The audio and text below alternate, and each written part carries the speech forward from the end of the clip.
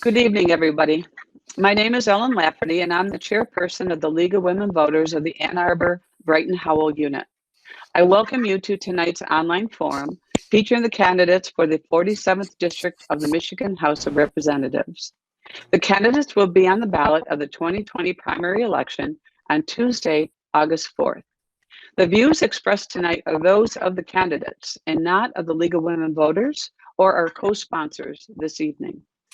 This year, the League of Women Voters is celebrating 100 years in expanding voter rights, educating voters, and shaping and influencing legislation at the state, local, and national level.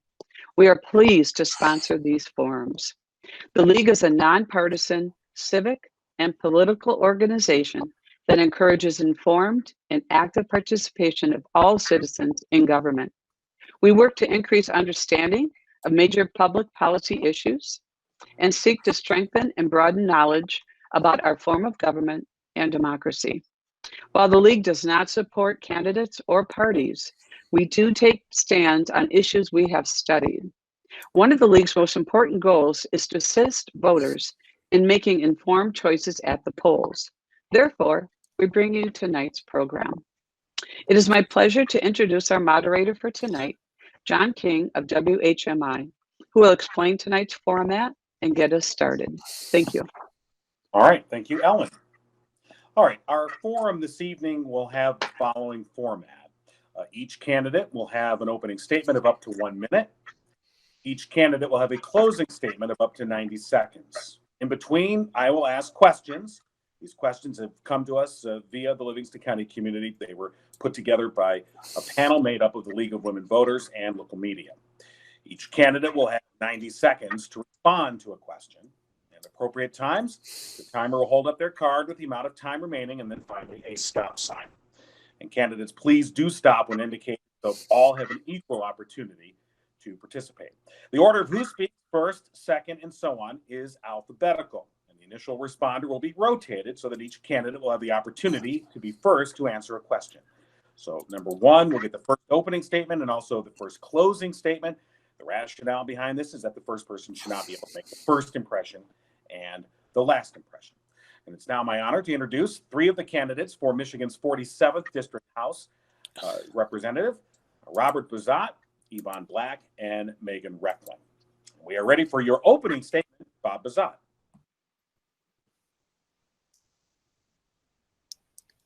And Bob, you need to unmute yourself.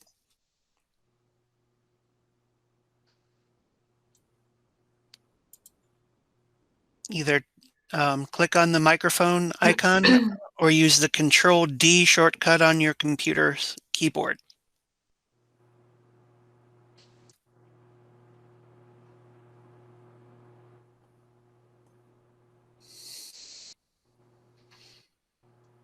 Oop. Oh. Okay. All right. Well, we'll attempt to work on that. Should we just move forward? I think so. Okay. We'll try and get Mr. Bazat back in, and we'll let him have his opening statement. Let's move on then to Yvonne Black, if we can have your opening statement. Hello, everyone. My name is Yvonne Black, and my campaign promise for the 47th District and Michigan is sustainability for all. I grew up in Troy and moved to Livingston County in 1983. I love Michigan as a state and have grown very frustrated with its culture. I love research and discovery processes. I'm learning to see life and interact with it for what it is, not how I think it should be. While Lansing continues to pass legislation, suffering in many forms continues to heighten. My parents' generation left my generation with massive amounts of wealth. My generation is leaving the under generation, our children and grandchildren, with massive amounts of debt. My three priorities are debt, because it brings stress to our families, our communities, and our state and country. Elections, because the Constitution says that the legislature shall enact laws to regulate the time, place. Okay. Thank you. All right, thank you. All right, it looks like Bob Bazat has joined us. So Bob, Sorry about the technical issues. Why don't we have you give your opening? Thank you, John. I appreciate the League of Women Voters inviting us tonight. My name is Bob Bazat. Upon returning home in 1971 from Vietnam, I married my wife, Sheila. 47 years later, we've been blessed with 3 daughters and 8 grandchildren. I chose to become a law enforcement officer, serving and protecting Livingston County residents for the past 33 years. During my 12 years as your elected sheriff, I had sole responsibility for a $16 million budget. I had sole responsibility for over 150 county employees, and I had sole responsibility for oversight and custody of thousands of inmates. I'm a fiscally conservative Republican, and I stayed under budget every year as your elected sheriff. As a current elected county commissioner, I have continued to utilize the same conservative values. Thank you. All right, thank you. And now your opening statement, Megan Reckling. My name is Megan Reckling, and I'm running to be your next state representative in the 47th District. As I have been out talking to residents from Gregory to Heartland, one thing is clear. The families of Livingston County are worried about their rights, their jobs, our economy, the education of our children, and the future of our state. I grew up right here in Livingston County on my family's farm and graduated from Howell High School in 2003. For 18 years, I have worked in the Michigan legislature, listening to the concerns of residents and helping them find solutions. I'm a small business owner, the proud wife of a law enforcement officer, and the mom to 2 young children. I'm here today to ask for your support on August 4th in the Republican primary because I want to fight for the families and residents of Livingston County. Now more than ever, we need strong leadership who know how to come up with creative solutions without raising taxes and who will fiercely defend our rights and our freedoms. All right, thank you. All right, now we'll move on to the questions. As a reminder, we will be reading the question once, and it will not be repeated unless it is requested. Also, if I could have all non-participants make sure that they mute their station there so we don't have any background sound. And we will move on to our first question of the evening, and this will be for Bob Bazat. You will go first. Our question. Since January of 2020, about 121,000 Americans and about 6,100 Michiganders have died from the COVID-19 virus. Adequate testing and contact tracing for the virus have not yet been achieved. What healthcare and public health strategies are necessary to protect the health of all Michiganders, especially if there's another wave of COVID cases in Michigan? Well, John, my first response is that I believe that Governor Whitmer did the right thing in shutting down our government. We weren't used to this virus. We had no clue what was going on. We didn't have a cure on how to fix it. So the initial 30 days that we were shut down, I think was widely accepted. Since that time, both houses, the House and the Senate, voted to not have a secondary shutdown, if you will, and thus our economy has suffered. Quite a few of the deaths that we have seen have been in senior housing. Meadow Lodge, we've had some issues there. Livingston County, we've had probably 450, 430 cases with 27 deaths. 13 or 14 of those, 15 maybe, have been in senior housing facilities. So I think moving forward, we need to get our economy back up and running. We need to get people back to work. Small businesses are not, I've heard numerous businesses that cannot reopen. So I think we need to get our economy back up, get people back to work, and move our economy forward. If we have a second wave of COVID, I think we've learned a lot of good lessons, social distancing, as well as, the masks have helped keeping people. I know restaurants are at probably 50% capacity. So we've learned some lessons on how to deal with this. Okay. All right, thank you. We will now move on to Yvonne Black. Did you say you repeat the question or Sure. do I have to? Yes. Yeah. Since January of 2020, about 121,000 Americans and 6,100 Michiganders have died from COVID-19. Adequate testing and contact tracing have not been achieved. What healthcare and public health strategy are necessary to protect the health of all Michiganders, especially if there's another wave of COVID cases in Michigan?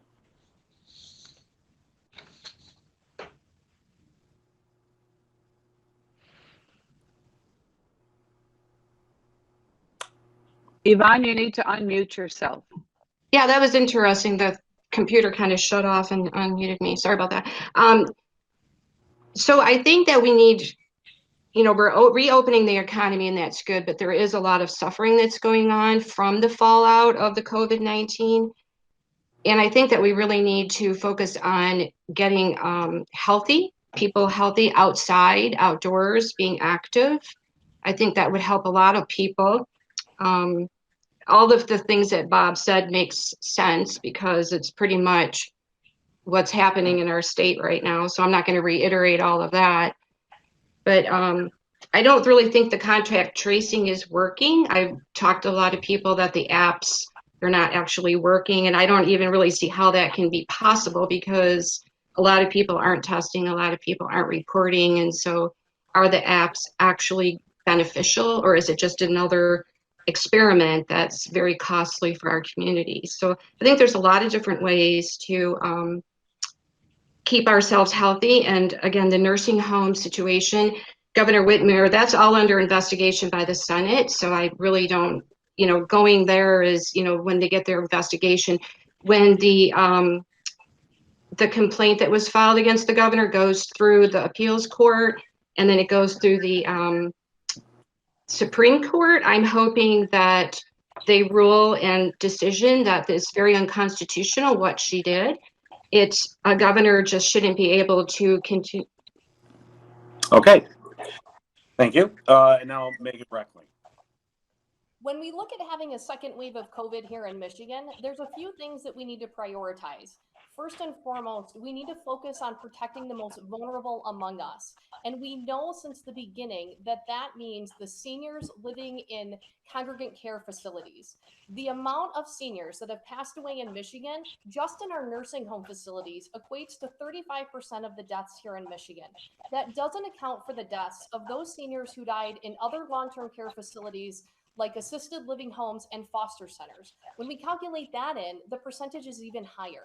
So when we respond again in the fall, because all experts predict that there could be a second wave, we need to do a few things. We need to focus on protecting our seniors in the congregate care facility.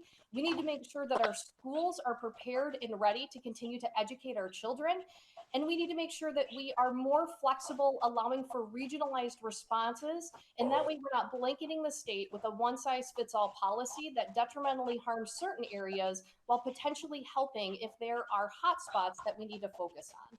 We also need to make sure that we are not doing, again, blanket responses because of the economic impact that that is going to continue to have on our state, including our small businesses, our job, people who need a job, and our state budget. Okay, thank you. We'll move on to our second question.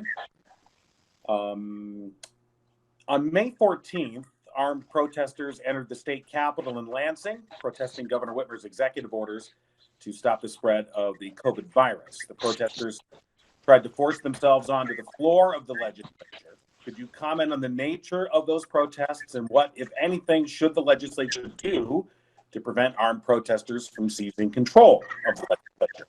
And Yvonne Black, you will go first. Thank you.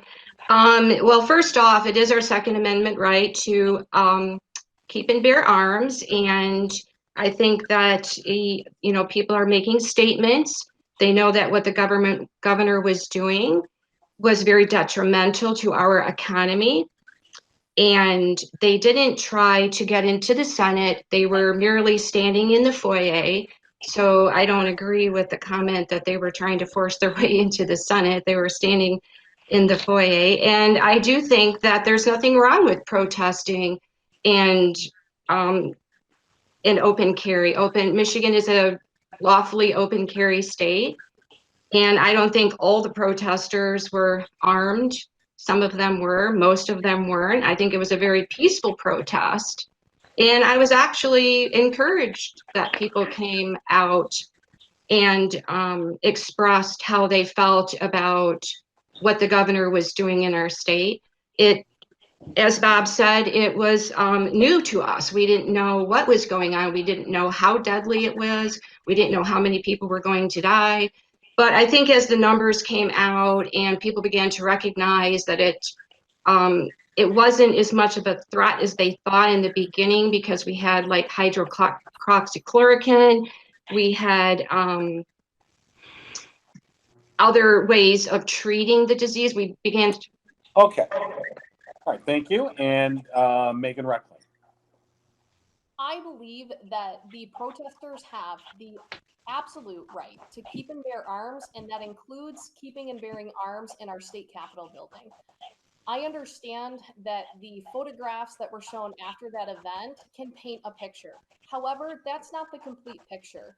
I personally know a lot of the sergeants who were protecting the Senate and the House that day, and they are absolutely excellent law enforcement officers who know how to de escalate.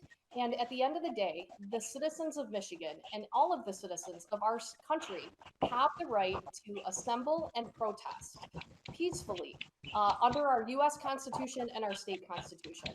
I believe that we need to protect all of those rights, whether they be protesting the governor's orders or whether they are protesting what they believe are racial inequalities here in our country. Everyone has the right to peacefully protest. And the right to keep and bear arms is absolute, established in our Constitution. Okay, thank you. All right, we'll move on to our third question. More than 32 million Americans have lost their jobs. John? Yes. I didn't get to answer that one. Do you want me? Did I? You know what? I tell you, Bob, I apologize. That's okay. That's why it's not my night. All right, yes, you do get to answer. Please do. I appreciate it. I'll be brief. Okay, John? Yes, please do. Thank you, sir.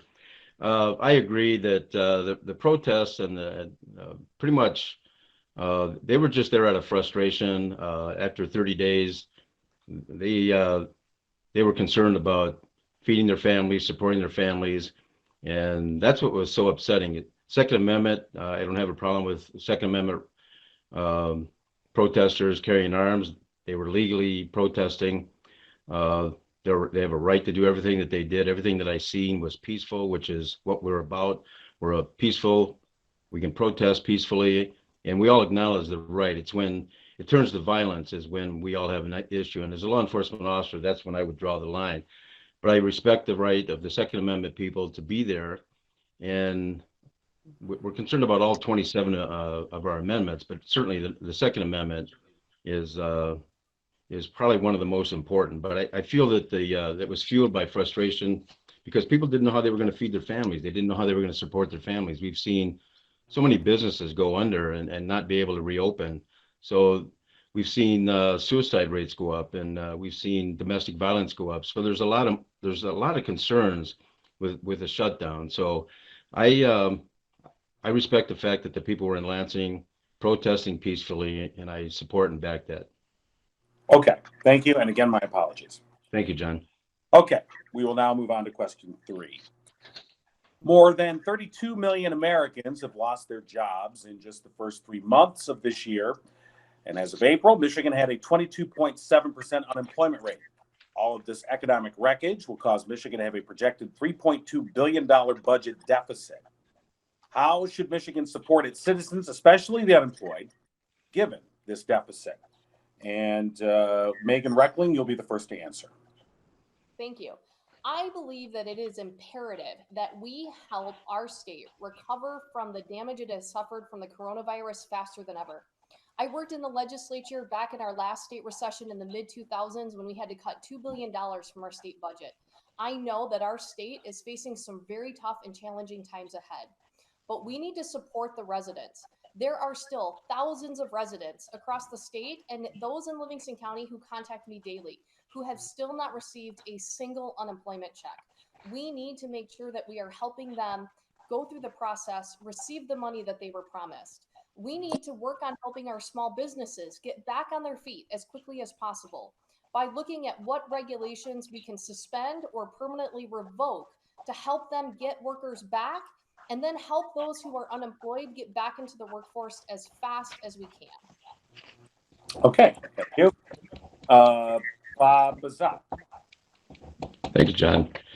I believe, we have 32 million lost jobs, and as of April, 22.7 unemployment. First and foremost, we need to get our small businesses and farmers back up and running. Our medical facilities, they're losing a tremendous amount of money because of elective surgeries are not being performed, and they're important, by the way. We need to get the citizens back to work so they're drawing a paycheck and they're paying taxes. That'll help our economy. We need to reduce restrictions and regulations on businesses. So again, we can generate revenue to get our economy back going. I'm against taxes. I don't think we should penalize our citizens, especially at a time when they're off work and they're frustrated and there's so many other things going on. So I would say the first thing we need to do is get our small businesses, our farmers, our medical facilities, everything up and running, and we need to prioritize our budget. Things aren't going to be the same. Like you said, we have a deficit that we have to address, and it's not going to be, in my opinion, and nor should it be, on the backs of our citizens by taxing them. Thank you, John. Okay, thank you. And Yvonne Black. Well, I believe that our economy is extremely, this is going to take a long time to recover. It's not something that we can just wave a wand. The economists are projecting 2 to 4 years of recovery. So this is something that's going to have to be a long time planned out. And I do think that our first priority should be our unemployment so that people can feed their families and get their bills paid. I think currently right now there's like 100,000 people that are still waiting for unemployment in Michigan. And I think the governor needs to just open our state up. I don't understand why she keeps playing around. I go down to Oakland County and people like they're in such fear. And then I go out to Lansing, which is in Ingham County, and nobody's even wearing masks. So we have Oakland County walking around in extreme fear, and then we have Ingham County and pretty much Livingston County are almost back to living their normal lives. So she's keeping all of the state under this quarantine, and I think that's suppressing the ability for people to go back to work, get jobs, businesses to open up. So I think the governor needs to be more relaxed on allowing people to go back to work and get our economy going. And even though it's going to take a few years to get back, we should really focus on getting started on that. Okay, thank you. Our fourth question. As the break in the Edenville and Sanford dams demonstrated, infrastructure matters. The threat of chemical contamination from those dam failures posed a potentially catastrophic threat to drinking water sources in Lake Huron. What one thing can you do to begin to repair our fractured infrastructure? And our first answer will come from Bob Bazat. The first thing we can do for infrastructure is, again, getting our construction workers back to work. There has to be, I don't know if the governor's, I believe she's asked for federal assistance in trying to get federal funds, an emergency fund to get that the dams in Midland fixed or at least addressed. But it's definitely a major concern. With what we're dealing with COVID-19 and we've got a budget deficit, we have to prioritize our funds moving forward. But we have directly following COVID, we have a major issue with our dams. So it's never an easy process, but that has to be prioritized. It has to be taken care of. So funding has to come from our budget. We have a $64 billion budget. And the good news is we only spent, in 2019, we only spent 62.1 billion, I'm sorry. So there are funds to address these issues and address our infrastructure. Thank you, John. Okay, thank you. Next is Yvonne Black. Well, I believe that is a situation I think we all are aware of. It's been neglected for a very, very long time. I don't see that area, from what I understand, the devastation is so catastrophic, and most of the people live on islands, and to repair the dam, they would actually have to rebuild a bridge. And so that area is going to probably take about 2 years to rebuild and for people to actually be able to start moving back in. I think personally that we need to go to a private auditing in Michigan to find out if the money that we're spending on a lot of projects, like the economic development, if that's actually paying for itself, if we're going to get a ROI on throwing $100 million in a department, and we don't even know if that's benefiting our state. Is the 100 million, are we making back $100 million from the economic development department to pay for the 100 million plus another 100 million in profit? So I think Michigan needs to have a private audit to find out exactly where all our money is going, and to find out if our money is being spent in the most effective way for the people that live here in Michigan and the people that visit Michigan. All right, thank you. Thank you. Megan Reckling. I think that one of the most important things that we can do to help our struggling infrastructure in Michigan, including roads, dams, and bridges, is while we go through the economic budget catastrophe that our state is going to experience, we need to make sure we are prioritizing funding for our roads, bridges, and our infrastructure. There's a few things that we have to make sure we're prioritizing the budget for, and first and foremost is the education of our children. Secondly should be our public infrastructure, and third should be public safety. Back in the mid-2000s, during our last state recession, when we had to cut $2 billion from the budget, we did not focus on funding enough money into our public infrastructure. And that is why today our roads and bridges have such the issues that they do. We need to make sure that we're targeting enough money there so that we can properly protect our roads, bridges, and dams. As we move forward, that's going to be really tough to do. Our general fund dollars equate to a little over $10 million. We're facing almost a $3 billion budget deficit. We could eliminate 12 state departments, the funding for the entire Michigan legislature, and the entire judiciary branch, and we still don't reach $2 billion in general fund money. So the budget crisis that is facing our state is serious, but this is one of the top things that we have to make sure we fund moving forward. All right, thank you. On to our fifth question. PFAS contamination continues to be a significant threat to water resources in Livingston County. What steps do you plan to take as a legislator to protect the environment in the county? And we will begin with sorry. Yvonne Black. I didn't hear the question. I don't know if the audio wasn't good. Oh, okay. I apologize. Could you repeat it? I apologize. Yeah, I didn't hear the question. It seemed like it was really, the audio wasn't. Sure. PFAS contamination continues to be a significant threat to water resources in Livingston County. What steps do you plan to take to protect the environment in the county? I'm still not hearing you. I didn't hear the first part of the question. Is everybody else hearing me, or is it my audio? Now I'm hearing you better. Okay. All right. Our question again, PFAS contamination continues to be a significant threat to water resources in Livingston County. What steps do you plan to take to protect the environment? What is the contamination that you're saying is affecting our water in Livingston County? PFAS. This is per and polyfluoroalkyl substances, otherwise known as PFAS. Well, I'm not really even familiar with it, so I really can't talk on that subject because I'm so busy in many areas. I can't focus on everything, but I didn't really even realize. I mean, I know there's contamination in water everywhere in our Huron rivers, and again, this goes back to years of neglect, and we just need to be so proactive and cautious and caring about what we're doing to our environment.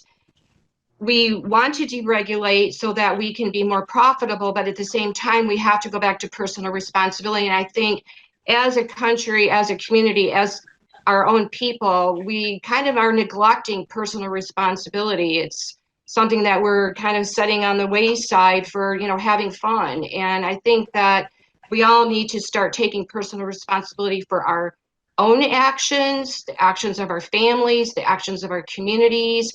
And we need to hold one another accountable. And when we as a community find people contaminating or harming or doing things that are bad for our community, we need to address it here in our community and not expect the state to do all of it. The state can do a lot, but the community itself needs to take responsibility. And we need to take personal responsibility. Okay. Ms. Wrestling. Last year in the Michigan budget, the governor vetoed millions of dollars that would have impacted Livingston County for PFAS cleanup. We need to make sure that moving forward that our county receives the proper funding so that sites that have been determined to be contaminated can get the assistance cleaning up that they need. I think that it is a unanimous agreement among the residents of Livingston County and across our state that we want clean water to drink, we want safe fish to eat from our rivers. We are the Great Lakes state. There is a reason that we are known for our outdoor and that we have the Pure Michigan campaign. We need to make sure that we are taking proper care and stewarding our natural resources as we move forward so that they are available for the next generation. Businesses can help with cleanup, but we don't need to overregulate them to do so. Our farmers know how to take proper care of their land. And moving forward, we need to make sure that there's enough grant money available to the locals here in Livingston County to help them deal, especially down in our chain of lakes, with the issues that they're suffering from with PFAS. Okay, thank you. And Bob Bazat. Thank you, John. We first became aware of PFAS a couple years ago when we had a spill in Wixom, came down in the Huron River into the southern part of our lakes, and that's when we were shut down. They were posting signs that, don't fish, fish are contaminated. So that's when we first became aware of it. Anytime the testing goes 70 parts past the trillion, like 71 parts per trillion, then the Michigan Department of Environmental Quality starts testing. They've actually tested over 2,000 sites, mainly for the water, and our health department locally has continually tested water from the second that we knew about this spill from Wixom. They've tested waters, and we haven't had any contamination that our health department has reported. PFAS is an interesting topic, though. We've been using PFAS since the 1940s. They're used in carpet protectants, sticking cookware, surgical gowns, drapes. They help prevent infections. Back then, there was a lot of great things about PFAS. It's almost in everything we use. The chemical, fire departments use it. Our military, United States Navy, one of our most devastating events happened on one of our ships where they didn't have PFAS, but we had 130 or 140 sailors that were killed. And that's why PFAS came, the foam was used to try to put out fires. The fire department started using it. I'm sorry, you're out of time. We'll move on to our next question. That went by quick. As a result of COVID-19, schools and businesses were closed down. Online learning, working from home, and social distancing have placed high demand on digital access for all Michigan residents. What steps would you take to ensure that all citizens have affordable or free access to high-speed internet service? And Megan Reckling will answer first. This is a question that is extremely personal to me. I have a preschooler who had to move from learning in person full-time to learning online full-time. And I live in a township that does not have high-speed internet. This directly impacts my family, and I think it should be one of the top priorities that we are working for, especially as we move forward. Our schools and our students are going to need the ability to be flexible, whether that's learning in the classroom or learning online. We need to work with our local counties, our municipalities on the township and city levels to make sure that the residents across Livingston County and across our state get access to high-speed internet, whether that's through grants, public-private partnerships, other things, working with our infrastructure and those companies. This has to get done in order to properly educate our kids moving forward. Okay, thank you. Bob Bazat. Thank you, John. This is a topic that I'm kind of aware of because there was a time back probably 3 or 4 years ago that we became aware that we didn't have internet service, high-speed internet service on the western part of our county. Kids from Fowlerville and kids from Unadilla and Gregory had to come into their local Burger King or that had high-speed service into the village of Fowlerville or Howell, and they would put their computers and do their homework there. I mean, it was very, very inconvenient. We talked to numerous companies about bringing high-speed internet into those areas. I even think it was Cindy Demby or Dr. Vopel that headed a couple of hearings, And because of the monetary issue, we were never able to accomplish that goal. And that's, to me, that's unacceptable. The kids in the western part of our county and over in the southwest corner, they deserve to have high-speed internet service. So we've got to come together as a community and fix this. I don't know if there's other areas outside Livingston County that are actually in the same category that we are, but this is unacceptable. The kids deserve a great education, and high-speed internet is the way teaching is nowadays. We all support it, but there's kids out there that are suffering, and mainly, like I said, in the west part of the county. So we got to find a way to fix that through local government and state government. Okay. And Yvonne Black. Thank you, John. It's interesting that here we are in 2020 and we still don't have access to high-speed internet in parts of Livingston County. That's kind of unfortunate, because you would think that the providers would be able to do that in the year of 2020. And the average family, I think, spends around $100 to $150 a month on internet access, those who have access to it for their cable and the packages that they need. And it's very costly.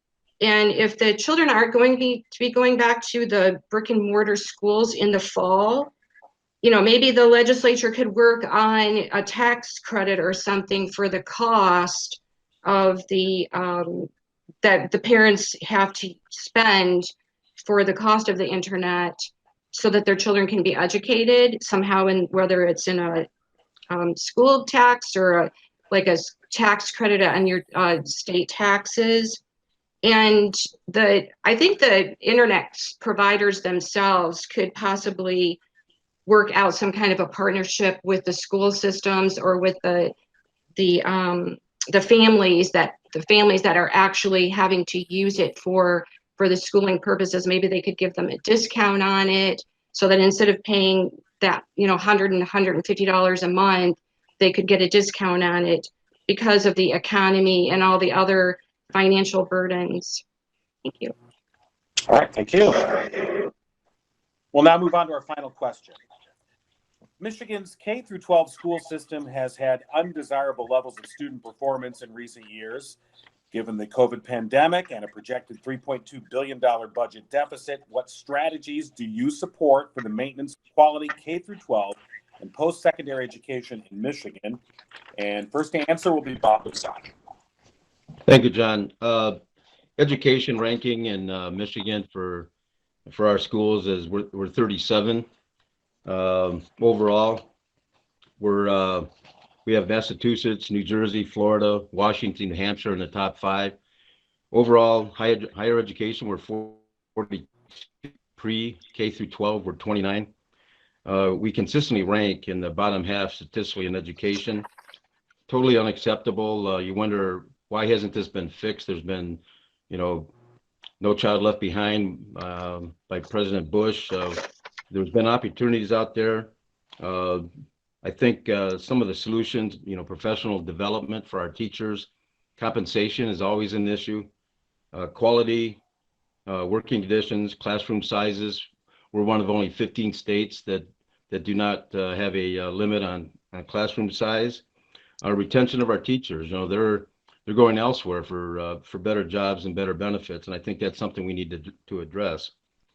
I've got 2 daughters that work in education, so I'm kind of a little bit educated on this issue, but we need to create a partnership with the schools and actually talk to the teachers, the people that actually do the job. We have the same issue in law enforcement.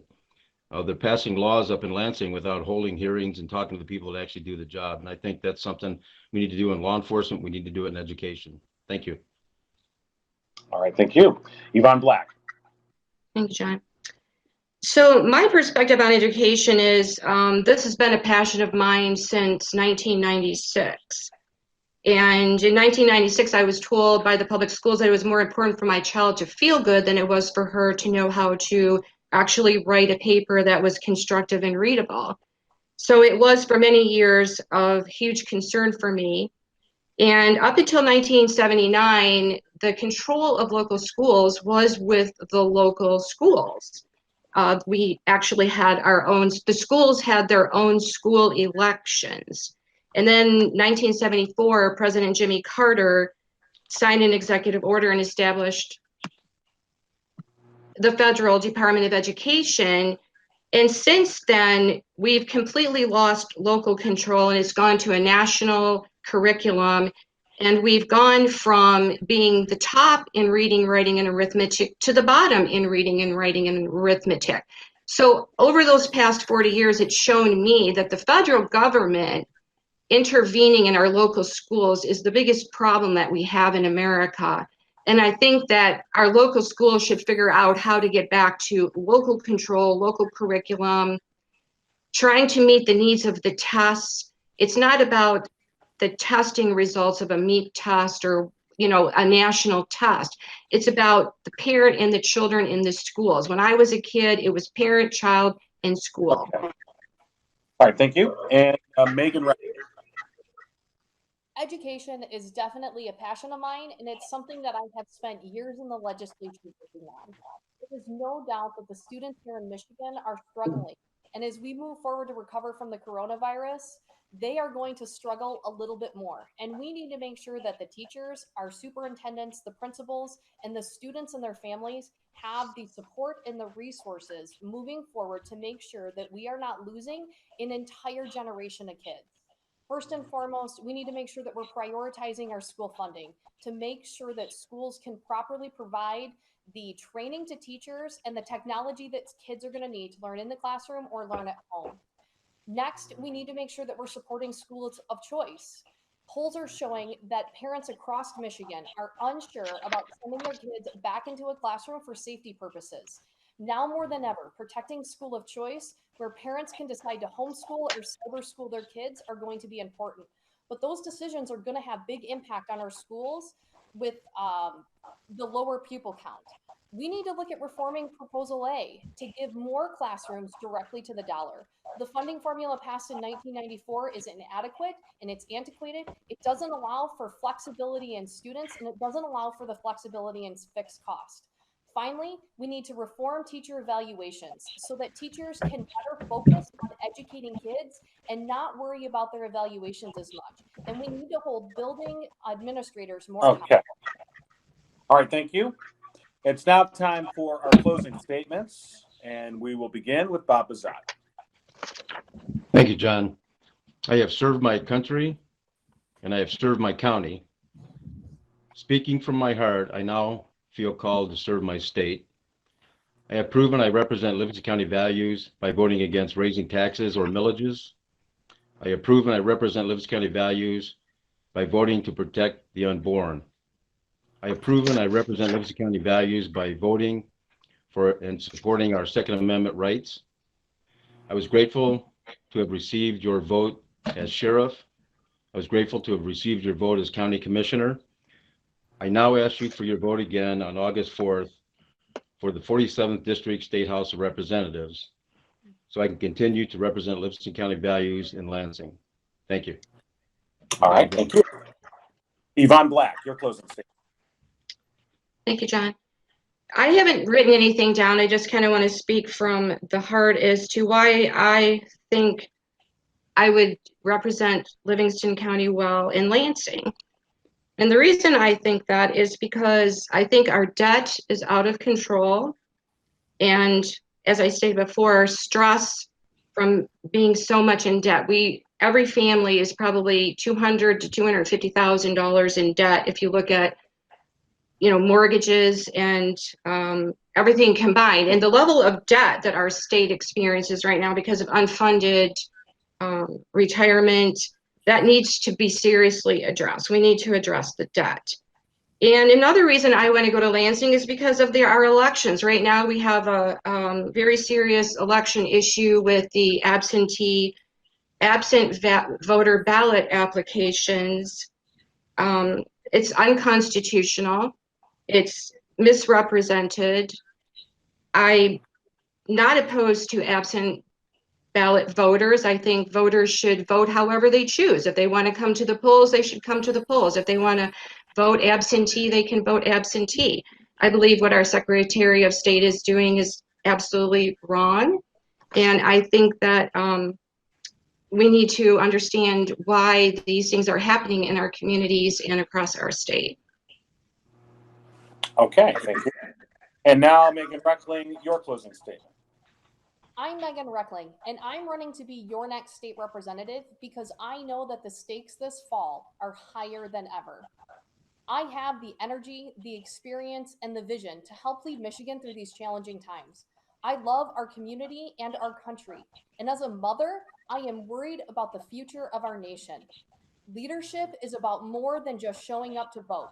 It's about effective problem solving, coming up with workable solutions, rolling up your sleeves, and getting something done for the residents that you represent. We have so much opportunity before us and our great state, but we need leaders who are willing to work harder than ever, be accessible, and truly put people over politics. I will be that representative for the 47th District. To learn more about me, visit meganreckling.com, and I humbly ask for your support on August 4th in the Republican primary. All right, thank you. Thank you for all of our candidates tonight, Bob Bazat, Yvonne Black, and Megan Reckling. And now for closing remarks, here's Ellen Lafferty with the League of Women Voters. Thank you.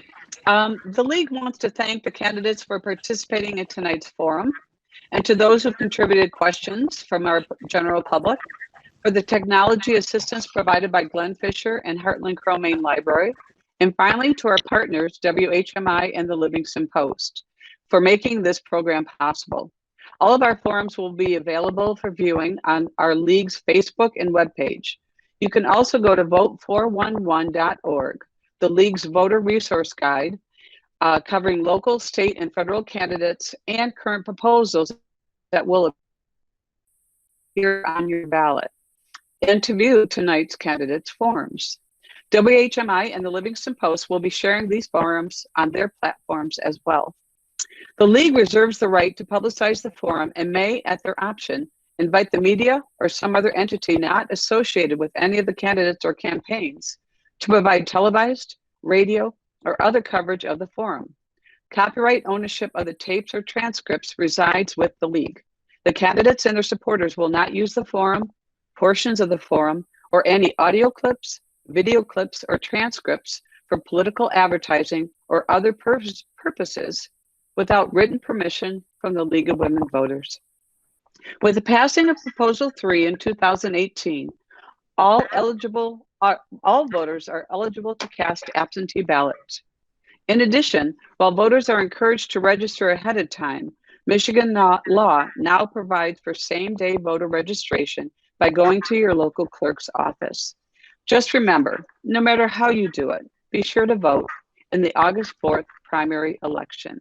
Good night, everyone, and thank you.